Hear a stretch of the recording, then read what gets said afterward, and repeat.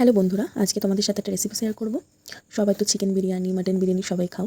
তো যারা নিরামিষ খাও তারা কীভাবে বিরিয়ানিটা রান্না করবে, তো সেই পদ্ধতিটাই তোমাকে আমি দেখাচ্ছি। আমার এখানে নর্মালি যেমন তোমরা সয়াবিন আলুর তরকারি করো, শুধু আলুগুলোকে একটু বড় বড় করে কাটতে হবে।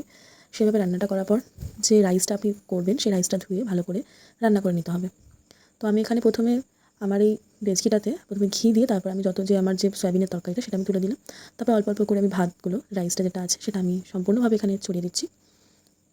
এবার ভালোভাবে চারিদিকে এটা ভালোভাবে আপনার ছড়িয়ে দিতে হবে। ছড়িয়ে দেওয়ার পর এক করে আমি আলু আপনার এখানে দিয়ে দেবো। আলুগুলো সম্পূর্ণভাবে সাজানো হয়ে গেলে জিনিসটা ঠিক এরকমভাবে সাজাতে হবে যেমনটা আমি এখানে সাজিয়েছি। তো সম্পূর্ণভাবে এভাবে সাজানোর পরে এখানে ওপর থেকে আবার একটা লেয়ার আমাদেরকে রাইস তুলে দিতে হবে। তো যেমনটা আমি এখানে রাইসটা আবারও তুলে দিলাম। তো রাইস পুরোটা আমার এখানে কভার আপ হয়ে যাওয়ার পরে যেমনটা এখানে দেখতে পাচ্ছেন, সম্পূর্ণ রাইসটা তুলে দেওয়ার পরে এখানে আপনার যে ওপর দিয়ে আমি একটু হালকা বেরেস্তা, যেটা আমি বাঁধাকপি কুচিয়ে ভেজেছি, সেটা একটু ছড়িয়ে দিলাম। বেরেস্তাটা ছড়িয়ে দেওয়ার পরে আমি আবারও একটুখানি ওখান থেকে রাইস আর যেটা আছে মশলা সেটা আমি একসাথে মিক্স করে রেখেছিলাম, তো সেটা আমি ছড়িয়ে দিয়েছি। আবারও সয়াবিন তুলে দিয়ে তারপর আবারও এখানে রাইসটা আমি তুলে দিলাম। রাইস তুলে দেওয়ার পরে এখানে আবারও আমি ভালো করে এটা পুরোটা লেয়ার দিয়ে দিলাম। তো তোমরা দেখতে পাচ্ছ ভালো করে এটা লেয়ার দিচ্ছে। তো এই লেয়ারটা একটু মোটা করে আমি রাইসটা দেবো, যেহেতু রাইসটা আমার ওখানে আছে। আমি আগের লেয়ারটাতে অতটা রাইস দিইনি, তো ওটা মিডিল পোর্শনে, তো আমার এই উপরের লেয়ারটা একটু মোটা করে হবে। তো আমি এখানে ভালো করে রাইসটা এখানে ক্লিয়ার করে দিয়ে দিলাম। তো রাইসটা এখানে দিয়ে দেওয়ার পরে এখানে পুরোটা, তারপর আমার যে পুরো রাইস দেওয়ার পরে এখানে আমি ওপর থেকে অল্প ঘি, বিরিয়ানি মশলা আর আমার যে বেরেস্তা যেটা আছে ওটা আমি দিয়ে দিচ্ছি। তো যেমনটা আমি এখানে দেখতে পাচ্ছি, আমি বিরিয়ানির যে রাইস দেখতে পাচ্ছেন যে বিরিয়ানির যে মশলাটা, সেটা আমার লোকাল মশলা, আপনি যে কোনো মশলা ইউজ করতে পারেন। তো আমার বাড়িতে যে মশলাটা ছিল সেই বিরিয়ানি মশলাটা আমি এখানে ইউজ করেছি। আমি বেশি বিরিয়ানি মশলা ইউজ করি না, আমার যেহেতু আমি রান্নার সময় অলরেডি মশলা দিয়েছি। আর এই যে আমি ঘিটা, এটা লোকাল একটা ঘি, তো আপনার চাইলে সেই যে কোনো ঘি আপনি অ্যাড করতে পারেন। তো আমার কাছে এই ঘিটা ছিল, আমি এই ঘিটা আমি এখানে অ্যাড করেছি। এই ঘিটার টেস্টটা খুব সুন্দর, খেতেও বেশ ভালো।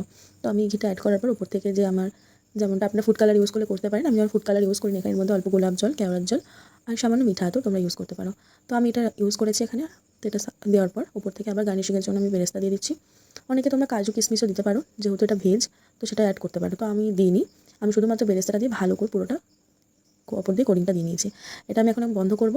আর তোমাদেরকে বলে দিচ্ছি, গ্যাসে যখন বসাবে না, আমি কিন্তু গ্যাসে ডাইরেক্ট বসাই না, আমি একটা তাওয়া দিয়ে তার উপরে ভালো করে বসাই। এবার আটার যে ডোটা আছে, আটার ডোটা চারিদিকে এভাবে লেয়ার দিয়ে ভালো করে চেপে দিতে হবে, না তো হাওয়া চারিদিক থেকে বেরিয়ে যাবে। যদি হাওয়াটা চারিদিক থেকে বেরিয়ে যায় তখন কিন্তু বিরিয়ানির যে স্মেলটা সেটা কিন্তু আসবে না। তো উপরে একটা জলের বাটি বা ভারী কিছু তোমরা দিতে পারো। তো আমার বিরিয়ানিটা রেডি, মানে আমি 20 মিনিট বসিয়ে রেখেছিলাম। 20 মিনিট বসিয়ে থাকার পর এটা তুলে দিয়েছি।